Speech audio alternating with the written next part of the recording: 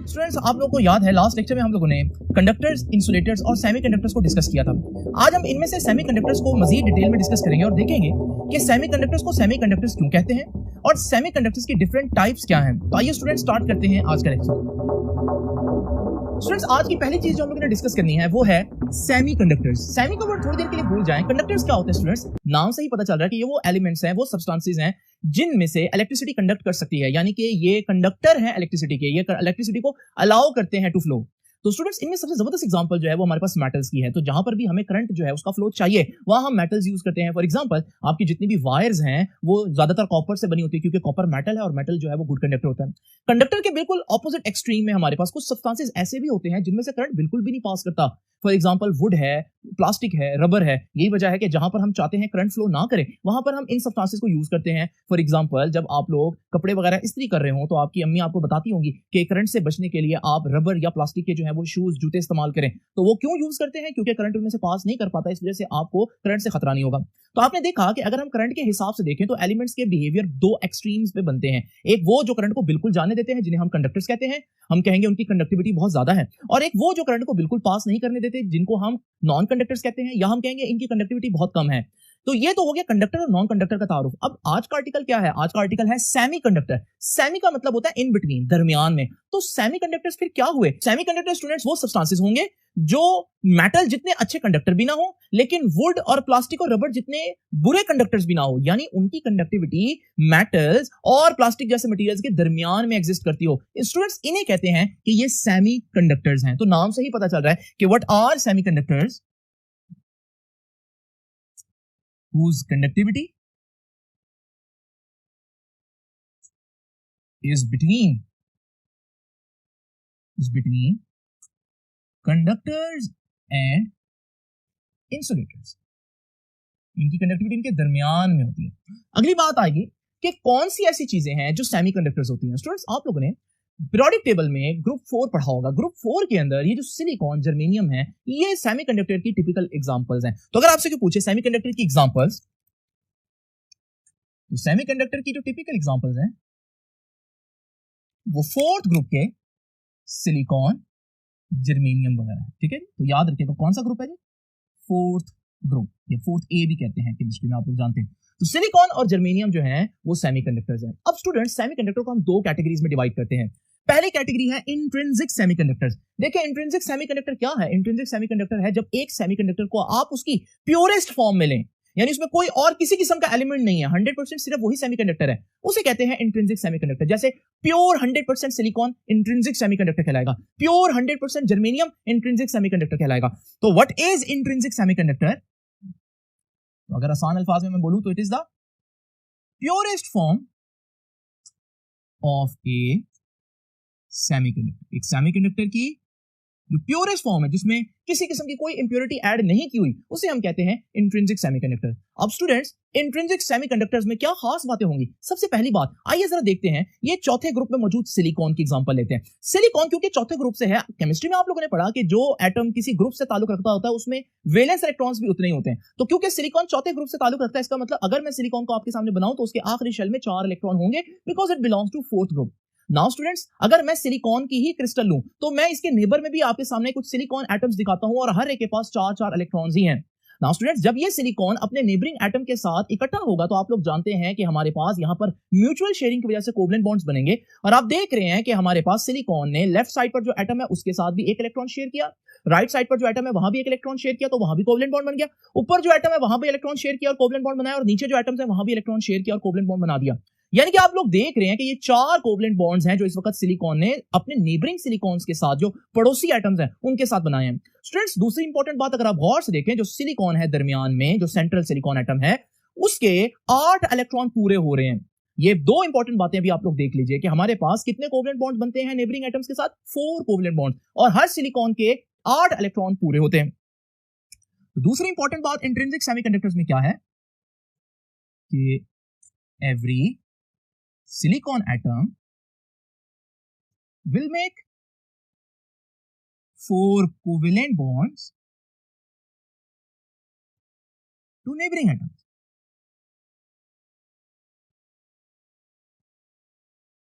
To neighboring atoms. Now students, अगली बात क्या है इंपॉर्टेंट, अगर आप लोग गौर से देखें तो जो दरमियान वाला सिलिकॉन एटम है, इसके 8 इलेक्ट्रॉन पूरे हैं। केमिस्ट्री में आप लोगों ने ये भी पढ़ा कि जब किसी चीज के आखिरी शेल में 8 इलेक्ट्रॉन पूरे हो तो वो स्टेबल हो जाता है और वो किसी किस्म का कोई इलेक्ट्रॉन नहीं देता, सारे इलेक्ट्रॉन बाउंड है। और हम कहते हैं कि इस हालत में क्योंकि ये बिल्कुल इलेक्ट्रॉन नहीं दे सकता तो इसमें से करंट पास नहीं कर सकता। इसका मतलब इंट्रिंसिक फॉर्म में, प्योर फॉर्म में एक सिलिकॉन एटम के गिर्द 8 इलेक्ट्रॉन पूरे होते हैं और वो अपना इलेक्ट्रॉन कभी भी नहीं देगा। इसका मतलब ये हुआ कि there is no free electron in this lattice. तो ये तीसरी इंपॉर्टेंट बात है कि इंट्रिंसिक फॉर्म में there are no free electrons in the lattice. और जब फ्री इलेक्ट्रॉन नहीं होगा, आपको मालूम है फ्री इलेक्ट्रॉन ही तो करंट बनाता है। तो जब किसी चीज के पास फ्री इलेक्ट्रॉन ही ना हो तो अगर आप उसको बैटरी के साथ अटैच कर भी दें तो उसमें से करंट फ्लो नहीं करेगा स्टूडेंट्स। तो यानी कि हम इस नतीजे पर पहुंचे कि इंट्रिंसिक सेमीकंडक्टर जो है, intrinsic semiconductors are actually non conductors. Intrinsic यानी प्योरेस्ट फॉर्म के अंदर सेमीकंडक्टर्स जो हैं वो नॉन कंडक्टर्स है, उनमें से करंट पास नहीं कर सकता students.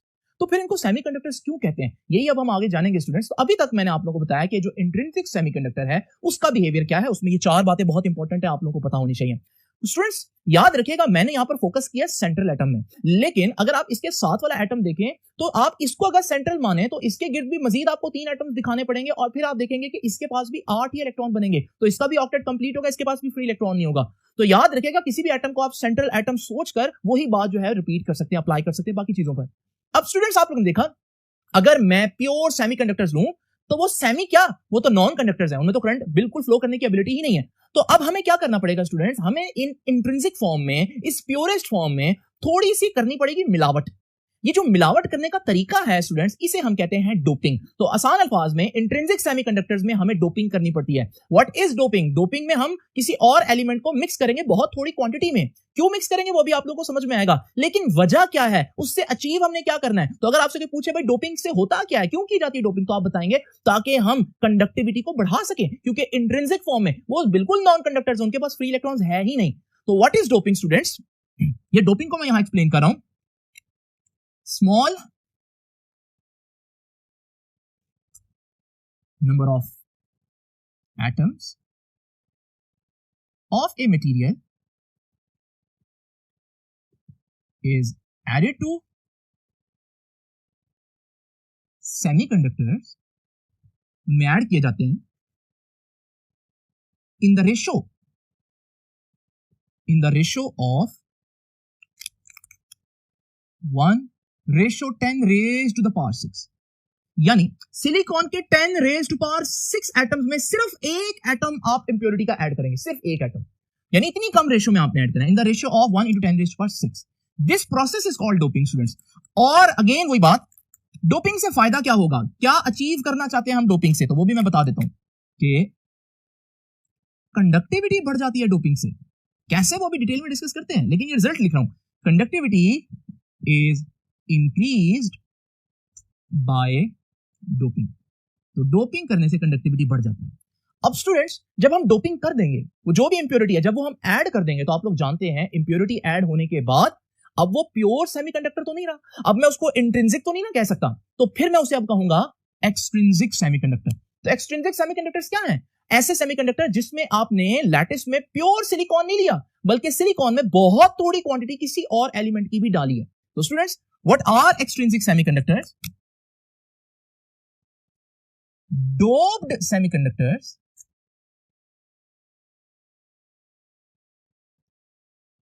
are called extrinsic semiconductor। पहली बात। अच्छा दूसरी बात, आप लोगों ने यहां क्या देखा कि यहां पर फ्री इलेक्ट्रॉन्स नहीं होते थे, लेकिन अब हम डोपिंग कर रहे हैं तो डेफिनेटली डोपिंग के बाद हम बता रहे हैं कि कंडक्टिविटी बढ़ेगी, तो डेफिनेटली इसका मतलब फ्री इलेक्ट्रॉन्स या फ्री होल्स होंगे। ये होल्स क्या है अभी हम डिस्कस करेंगे स्टूडेंट्स। तो याद रखिएगा एक्सट्रिंसिक सेमीकंडक्टर्स में फ्री इलेक्ट्रॉन्स या होल्स आर प्रेजेंट। कहां से आ गए, पहले तो नहीं थे, ये अभी हम डिस्कस करेंगे स्टूडेंट्स। सिर्फ अभी मैं यहां पर 2-3 पॉइंट्स लिख रहा हूं। और स्टूडेंट्स जैसे कि आप लोग जानते हैं प्योर फॉर्म में इंट्रिंसिक सेमीकंडक्टर्स जो हैं they are actually non conductors. लेकिन जब मैं डोपिंग करूंगा तो फ्री इलेक्ट्रॉन्स आ जाएंगे, और जब फ्री इलेक्ट्रॉन्स आ जाएंगे तो डेफिनेटली वो थोड़ा बहुत कंडक्टर बन जाएगा, ठीक है ना। तीसरी बात, they can conduct electricity, they can conduct electricity. और याद रखिएगा उतनी अच्छी कंडक्शन नहीं कर सकते इलेक्ट्रिसिटी की जितनी मेटल्स कर सकती हैं, इसलिए इनको हमने सेमी कंडक्टर्स बोला है, नॉट कंडक्टर्स। नाउ स्टूडेंट्स, जब मैं डोपिंग करूंगा मैं किन एलिमेंट्स को एज एन इंप्योरिटी ऐड करूंगा, इसमें मेरे पास दो डिफरेंट ऑप्शंस हैं। इस वजह से एक्सट्रिंसिक सेमीकंडक्टर्स की दो टाइप्स बनती हैं, एन टाइप सेमीकंडक्टर्स और पी टाइप सेमीकंडक्टर्स। ये किस बुनियाद पर मैंने ये टाइप्स बनाई है? ये इंप्योरिटी की बुनियाद पर टाइप्स बनाई है। अब स्टूडेंट जरा तवज्जो से देखिए, इमेजिन करें कि वो चौथा ग्रुप का सिलिकॉन आप लोग देख रहे हैं पीरियोडिक टेबल में, ये हमारा सेमीकंडक्टर है। मैं इसमें इंप्योरिटी ऐड करना चाहता हूं। इसका एक तरीका यह है कि मैं इससे जो अगला ग्रुप है यानी पांचवा ग्रुप है वहां से कोई एटम एज एन इंप्योरिटी ले लूं। फॉर एग्जांपल जैसे ये जो फास्फोरस है पांचवें ग्रुप का, इसको एज एन इंप्योरिटी ऐड कर दूं सिलिकॉन में। तो इस सूरत में मैंने कहां से इंप्योरिटी ली? पांचवें ग्रुप से। जब मैं पांचवें ग्रुप से इंप्योरिटी लूंगा तो मेरे पास जो नई चीज बनेगी उसे बोलेंगे N type semiconductor. N type क्यों बोलेंगे वो मैं बाद में डिस्कस करता हूं, लेकिन यहां पर ये देख लीजिए एन टाइप सेमीकंडक्टर में खास बात क्या है कि इंप्योरिटी कहां से ली जाती है? Impurity belongs to group 5A, fifth group. और स्टूडेंट्स हर ग्रुप जो है वो क्या बताता है कि उसके पास वैलेंस इलेक्ट्रॉन्स कितने हैं। तो अब फास्फोरस जो मैंने लिया क्योंकि वो पांचवें ग्रुप से है, तो पांचवें ग्रुप में अगर ये मौजूद है तो इसका मतलब इसके आखिरी शेल में 5 इलेक्ट्रॉन्स होंगे। ये एक पेंटावेलेंट इंप्योरिटी कहलाई जा सकती है। पेंटावेलेंट का मतलब, पेंटा का मतलब होता है 5, वेलेंट का मतलब लास्ट इलेक्ट्रॉन्स, वैलेंस इलेक्ट्रॉन्स। तो स्टूडेंट्स यहां से हम एक बात और भी कह सकते हैं कि जो इसमें हमारे पास इंप्योरिटी है उसको हम एक और नाम भी दे सकते हैं, वो क्या है? Impurity is pentavalent. और मैं आगे चल के बताऊंगा इस इंप्योरिटी को मैं डोनर इंप्योरिटी भी कह सकता हूं। तो स्टूडेंट्स अब आप लोग जान गए होंगे एन टाइप सेमीकंडक्टर्स की डेफिनेशन क्या होगी। एन टाइप सेमीकंडक्टर्स तब बनते हैं जब हम कौन सी इंप्योरिटी ऐड करें? फिफ्थ ग्रुप से कोई इंप्योरिटी ऐड करें, कोई पेंटावेलेंट इंप्योरिटी ऐड करें तो उसे हम बोलते हैं एन टाइप सेमीकंडक्टर्स। अब स्टूडेंट्स अभी मैं आप लोगों को पहले दिखाता हूं इंट्रिंसिक फॉर्म ऑफ सेमीकंडक्टर, जिसमें आप लोग देख रहे हैं सिर्फ सिलिकॉन के एटम्स होंगे और हर सिलिकॉन के 8 इलेक्ट्रॉन पूरे हैं, यानी कि there is no free electron in the lattice. लेकिन स्टूडेंट जरा इमेजिन करें अगर मैं इस सिलिकॉन एटम की बजाय वो पांचवें ग्रुप का फास्फोरस का एटम यहां पर एज एन इंप्योरिटी ऐड कर दूं तो इससे क्या होगा? अब ये जो फास्फोरस मैंने ऐड किया आप लोग जानते हैं इसके 5 इलेक्ट्रॉन हैं। एक इलेक्ट्रॉन इसके साथ बॉन्ड बनाएगा, एक इलेक्ट्रॉन इस सिलिकॉन एटम के साथ बॉन्ड बनाएगा, एक इलेक्ट्रॉन इस सिलिकॉन एटम के साथ कोवलेंट बॉन्ड बनाएगा और एक इलेक्ट्रॉन इस सिलिकॉन एटम के साथ कोवलेंट बॉन्ड बनाएगा। तो नेबर में 4 सिलिकॉन एटम्स थे तो 4 बॉन्ड तो उसने बना लिए, लेकिन स्टूडेंट्स वो तो पांचवें ग्रुप का है और जब पांचवें ग्रुप का हो तो उसके पास 5 वैलेंस इलेक्ट्रॉन होते हैं। अब जो पांचवा इलेक्ट्रॉन है वो मैं यहां पर बना देता हूं, लेकिन वो किसी के साथ बॉन्ड नहीं बना सकेगा। ये कोई बहुत उदास होने वाली बात नहीं है, बल्कि ये अच्छी बात है। जब वो बॉन्ड नहीं बना सकेगा तो वो किसी के साथ अटैच नहीं रहेगा, बाउंड नहीं रहेगा और वो क्या बन जाएगा? Free electron. और स्टूडेंट्स इस क्रिस्टल लैटिस के अंदर पहले कोई फ्री इलेक्ट्रॉन नहीं था, लेकिन फास्फोरस का एक एटम आने से एक फ्री इलेक्ट्रॉन इस लैटिस में आ गया है। और स्टूडेंट्स अगर मैं इस लैटिस में बहुत से फ्री इलेक्ट्रॉन्स लाना चाहता हूं तो मैं बहुत से फास्फोरस के एटम्स यहां पर डोप करूंगा। तो स्टूडेंट्स आप लोगों ने देखा कि ये फ्री इलेक्ट्रॉन्स की तादाद बढ़ गई है। अब ये फ्री इलेक्ट्रॉन्स की तादाद बढ़ने से क्या होगा? अगर मैं ऐसी लैटिस को बैटरी लगाता हूं तो आपको मालूम है क्योंकि इसके अंदर फ्री इलेक्ट्रॉन्स हैं तो इलेक्ट्रॉन्स जो हैं वो positive terminal of the battery की तरफ फ्लो करेंगे और ये बन गया हमारे पास करंट। तो इसका मतलब ये हुआ कि एन टाइप सेमीकंडक्टर में करंट फ्लो कर सकता है, लेकिन करंट कौन फ्लो करेगा? ये इंपॉर्टेंट बात है। फ्री इलेक्ट्रॉन्स हैं जो करंट को फ्लो करेंगे। तो फास्फोरस ने आकर क्या किया? फास्फोरस ने आकर इस क्रिस्टल लैटिस को, जिसके पास कोई फ्री इलेक्ट्रॉन नहीं थे, फ्री इलेक्ट्रॉन दे दिया, डोनेट कर दिया एक किस्म का। तो इसलिए इसको हमने कैसी इंप्योरिटी बोला? डोनर इंप्योरिटी, क्योंकि ये फ्री इलेक्ट्रॉन दे देती है। तो अगर आपसे कोई पूछे कि एन टाइप सेमीकंडक्टर के अंदर किसकी वजह से करंट बहेगा, मेजॉरिटी चार्ज कैरियर कौन है, तो आप कहेंगे फ्री इलेक्ट्रॉन। तो majority charge carriers are free electrons. तो स्टूडेंट्स यहां पर मैंने जहां पांचवा ग्रुप लिखा है वहां पर मैं फास्फोरस, आर्सेनिक वगैरह की एग्जांपल लिख देता हूं, ये पांचवें ग्रुप से बिलोंग करते हैं। तो ये फ्री इलेक्ट्रॉन वाली बात भी बहुत इंपॉर्टेंट है स्टूडेंट्स। अब एक और चीज है जो आप लोगों ने यहां पर बनानी है, मैं तो नहीं उसको बना रहा, वो है स्टूडेंट्स डायग्राम। और एन टाइप सेमीकंडक्टर की डायग्राम जो है वो आप लोगों ने वही बनानी जो मैंने अभी आप लोगों को दिखाई है। बड़ी सिंपल सी डायग्राम है, इसमें ये फ्री इलेक्ट्रॉन जो है इसको आप लोगों ने लाजमी शो करना है, यही डायग्राम आपकी बुक ने भी बनाई है। अब स्टूडेंट्स आखिरी बात, इसके केस में क्या है, इसको एन टाइप सेमीकंडक्टर क्यों बोला?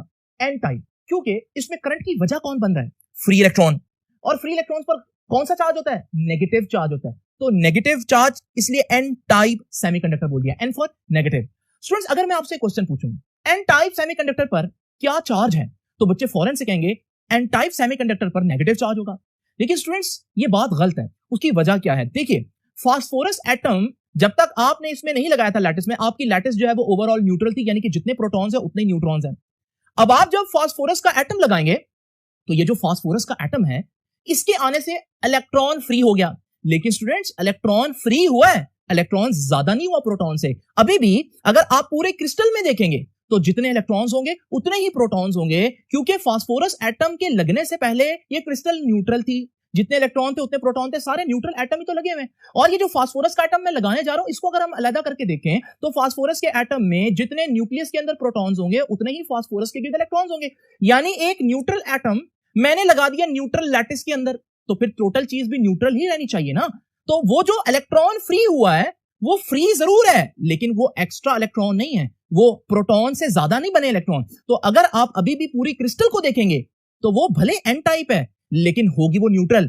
एन टाइप का मतलब ये नहीं है कि क्रिस्टल पर नेगेटिव चार्ज है, नहीं, इसका मतलब है कि क्रिस्टल के अंदर करंट की वजह जो बनेगा वो नेगेटिव चार्ज है, लेकिन ओवरऑल क्रिस्टल न्यूट्रल है, उसमें जितने इलेक्ट्रॉन्स है उतने ही प्रोटॉन्स है। ये बहुत इंपॉर्टेंट बात है, दोबारा कह देता हूं कि इलेक्ट्रॉन ऐड नहीं हुआ, इजाफी नहीं आया, बल्कि इलेक्ट्रॉन सिर्फ इस प्रोसेस में आजाद हो गया है। तो स्टूडेंट्स ये आखिरी इंपॉर्टेंट बात इसमें कि N type semiconductor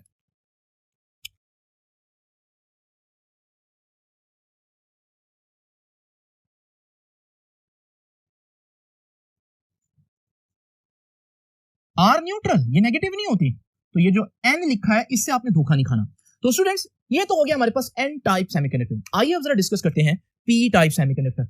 N type semiconductor में मैंने 5वें ग्रुप से इंप्योरिटी ली थी। अब मैं क्या करूंगा स्टूडेंट्स, वो जो हमारा सिलिकॉन एटम है जो पीरियोडिक टेबल में चौथे ग्रुप में मौजूद है, और थर्ड ग्रुप में आपको बोरॉन, एल्युमिनियम, गैलियम, इंडियम, ये सारी चीजें नजर आ रही हैं। तो स्टूडेंट्स हमारे पास सबसे बेसिक फर्क क्या है पी टाइप सेमीकंडक्टर और एन टाइप सेमीकंडक्टर में? एन टाइप में 5वें ग्रुप से इंप्योरिटी ऐड करते थे, जबकि पी टाइप में थर्ड ग्रुप से इंप्योरिटी ऐड करेंगे। तो पी टाइप कैसे बनता है जी? जब हम डोप करें प्योर सेमीकंडक्टर को doped with third A group of periodic table, तीसरे ग्रुप से अगर हम एलिमेंट ऐड करें। अब तीसरा ग्रुप है, आपको पता है ग्रुप नंबर क्या बताता है? ग्रुप नंबर बताता है वैलेंस इलेक्ट्रॉन्स की तादाद। तो अगर ये तीसरा ग्रुप है और ये बोरॉन है, तो बोरॉन के आखिरी शेल में इसका मतलब 3 इलेक्ट्रॉन्स होंगे, और जिसके आखिरी शेल में 3 इलेक्ट्रॉन्स उसको मैं ट्राई वेलेंट भी कह सकता हूं, क्योंकि ट्राई का मतलब है 3, वेलेंट का मतलब है वैलेंस इलेक्ट्रॉन्स। तो स्टूडेंट्स यहां से हम ये भी कह सकते हैं थर्ड ए ग्रुप भी, थर्ड ए तो कहा है, लेकिन इसके अलावा हम उसको क्या कह सकते हैं, ये जो इंप्योरिटी हमने ऐड किया है ये कैसे इंप्योरिटी है? This impurity is trivalent. और स्टूडेंट जैसे वो डोनर था, ये डोनर नहीं है बल्कि ये एक्सेप्टर इंप्योरिटी है। डोनर का उल्टा है, डोनर का मतलब है देने वाला, एक्सेप्टर का मतलब एक्सेप्ट करने वाला। अब इसका क्या मतलब है भी जानते हैं स्टूडेंट्स। अब जरा देखिए, सबसे पहले मैं आपको दोबारा से इंट्रिंसिक सेमीकंडक्टर दिखा दूं, जिसमें आप देख रहे हैं जो सेंट्रल सिलिकॉन है उसके 8 इलेक्ट्रॉन्स पूरे हैं। अब स्टूडेंट्स मैं इसकी जगह लेकर आ रहा हूं एल्युमिनियम। एल्युमिनियम तीसरे ग्रुप से बिलोंग करता है और उसके आखिरी शेल में 3 इलेक्ट्रॉन्स हैं। अब जब एल्युमिनियम लेकर आऊंगा उसके आखिरी शेल में 1 इलेक्ट्रॉन जो है वो इसके साथ, 1 इलेक्ट्रॉन जो है वो इसके साथ बॉन्ड बनाएगा, और 1 इलेक्ट्रॉन इस एटम के साथ बॉन्ड बना लेगा। अब आप लोग जानते हैं इसके तो तीनों इलेक्ट्रॉन्स पूरे हो गए, यानी कि जो चौथा सिलिकॉन नेबरिंग एटम था उसके साथ इलेक्ट्रॉन का बॉन्ड बनाने के लिए इसके पास इलेक्ट्रॉन नहीं है। यहां पर इलेक्ट्रॉन की एक कमी जो है वो, या डेफिशिएंसी जो है वो मौजूद है। ये जो डेफिशिएंसी ऑफ इलेक्ट्रॉन है ना स्टूडेंट्स, इसको हम equivalent to positive charge consider करते हैं। यानी इलेक्ट्रॉन का ना होना किसी बॉन्ड के अंदर, उस जगह को हम इलेक्ट्रॉन की वैकेंसी कहते हैं। और इलेक्ट्रॉन की जो वैकेंसी है, इलेक्ट्रॉन की जो एब्सेंट है, उसको हम एक पॉजिटिव चार्ज के तौर पर कंसीडर करते हैं। जिस तरह इलेक्ट्रॉन का होना एक नेगेटिव चार्ज का होना है, इसी तरह इलेक्ट्रॉन का किसी बॉन्ड में ना होना एक पॉजिटिव चार्ज के तौर पर काम देता है। मैं ये नहीं कह रहा वो पॉजिटिव चार्ज है, इसलिए मैं वर्ड क्या यूज कर रहा हूं, equivalent to a positive charge. Positive charge वाला काम कर सकता है वो। अब वो क्या काम है वो मैं आप लोगों को बताता हूं, लेकिन अभी आप लोग देख लीजिए कि हमारे पास यहां कोई फ्री इलेक्ट्रॉन नहीं बना जैसे पहले बना था P type N type semiconductor में, बल्कि यहां पर आप लोग देख रहे हैं जब मैंने एल्युमिनियम को ऐड किया तो लैटिस के अंदर होल्स क्रिएट हो गए। होल्स मतलब डेफिशिएंसी ऑफ इलेक्ट्रॉन क्रिएट हो गए, और मैं होल्स को पॉजिटिव चार्ज दे देता हूं, ये एक्चुअली में इसके ऊपर चार्ज नहीं है, लेकिन ये equivalent to a positive charge है। ये वही काम कर सकता है जो पॉजिटिव चार्ज कर सकता है। वो कौन सा काम है वो मैं स्टूडेंट्स आप लोगों को बताता हूं, लेकिन अभी मैं ये बात लिख दूं कि हमारे पास यहां मेजॉरिटी चार्ज कैरियर कौन है। क्या फ्री इलेक्ट्रॉन है यहां पर? नहीं स्टूडेंट्स, फ्री इलेक्ट्रॉन तो नहीं है। तो यहां majority charge carrier are holes. Holes, और होल्स के बारे में आप लोगों को याद रखना है, होल क्या है basically? It is absence of an electron. और एब्सेंस ऑफ इलेक्ट्रॉन किसके बराबर होता है? Equivalent to a positive charge. Positive charge के जैसा होता है ये होल, पॉजिटिव चार्ज के जैसा होता है। अब स्टूडेंट्स इसको मैं पॉजिटिव चार्ज के जैसा क्यों कह रहा हूं? क्योंकि जरा देखिए, ये जो होल है ये क्या करेगा? ये होल क्योंकि पॉजिटिव चार्ज के इक्विवेलेंट है, इसमें डेफिशिएंसी ऑफ इलेक्ट्रॉन है, इलेक्ट्रॉन की कमी है, तो वो जो साथ वाला इलेक्ट्रॉन है वो अपनी जगह छोड़कर इस इलेक्ट्रॉन को आकर फिल करेगा, जिसकी वजह से वहां तो फिलिंग हो गई, लेकिन जहां से इलेक्ट्रॉन चला है वहां फिर डेफिशिएंसी क्रिएट हो गई। अब जब ये डेफिशिएंसी क्रिएट हो गई है तो इस होल को फिल करने के लिए फिर सात नेबरिंग एटम से इलेक्ट्रॉन अपनी जगह छोड़कर इसको आकर फिल करेगा, लेकिन होल उसकी जगह पहुंच गया। और स्टूडेंट्स आप लोग देख रहे हैं ये जो होल है ये 7 एटम में फिर उसके 7 एटम में ट्रांसफर होता जाएगा। जिस तरह से एन टाइप सेमीकंडक्टर के अंदर फ्री इलेक्ट्रॉन्स मूव कर रहे थे, बिल्कुल उसी तरह से यहां पर फ्री इलेक्ट्रॉन ही बल्कि होल मूव कर रहा है लैटिस के अंदर। वो वैकेंसी है जो मूव कर रही है लैटिस के अंदर। तो स्टूडेंट्स ये भी तो एक डिस्टर्बेंस ही है ना। अब यहां एक इंपॉर्टेंट बात क्या है, असल में आप देखें तो मूव कौन कर रहा है? असल में मूव करने वाली चीज अभी भी इलेक्ट्रॉन ही है। लेकिन स्टूडेंट्स अगर इलेक्ट्रॉन ही मूव करने वाली चीज है तो मैंने मेजॉरिटी चार्ज कैरियर को होल क्यों बोला? क्योंकि स्टूडेंट्स ये डिस्टर्बेंस स्टार्ट किसने किया है? भले वो पहला इलेक्ट्रॉन मूव किया, लेकिन किसकी वजह से? इस होल की वजह से। आप चाहो तो इमेजिन करो कि इलेक्ट्रॉन जो है वो इधर इस डायरेक्शन में अपनी जगह छोड़ के मूव करते जा रहे हैं, लेकिन अगर आप होल पर फोकस करें तो आप देख सकते हैं कि होल अपनी जगह से ऑपोजिट डायरेक्शन में मूव करता जा रहा है। असल में होल नहीं मूव कर रहा, असल में तो इलेक्ट्रॉन मूव कर रहे हैं, लेकिन उनकी मूवमेंट की वजह से वो वैकेंसी भी अपनी जगह से सिरकती जा रही है। इसकी मिसाल बिल्कुल इस तरह से दी जा सकती है जैसे मेरे पास चेयर्स में बहुत से स्टूडेंट्स बैठे हुए और एक चेयर खाली है। स्टूडेंट्स अगर मैं एक स्टूडेंट को कहूं कि वो अपनी जगह छोड़कर अगली चेयर पर आ जाए तो वो स्टूडेंट मूव किया, लेकिन उसके नतीजे में खाली चेयर की जगह भी तो चेंज होगी ना, वो अब एक पीछे आ गई है। और अगर मैं स्टूडेंट्स को कहूंगा कि वो आगे आ जाए तो खाली चेयर उसके नतीजे में मूव करती जाएगी, और करते करते एक वक्त आएगा कि वो खाली चेयर जो शुरू में थी अब वो पहुंच जाएगी एंड पर। तो देखने वाले समझ सकते हैं कि शायद वो खाली चेयर ही किसी ने उठाकर पीछे रख दिया, हालांकि ऐसा नहीं है, बल्कि ये चेयर नहीं है जो मूव कर रही है, बल्कि ये स्टूडेंट्स हैं जो मूव कर रहे हैं, जिनके नतीजे में उनकी मूवमेंट के नतीजे में खाली चेयर की लोकेशन भी चेंज हो रही है।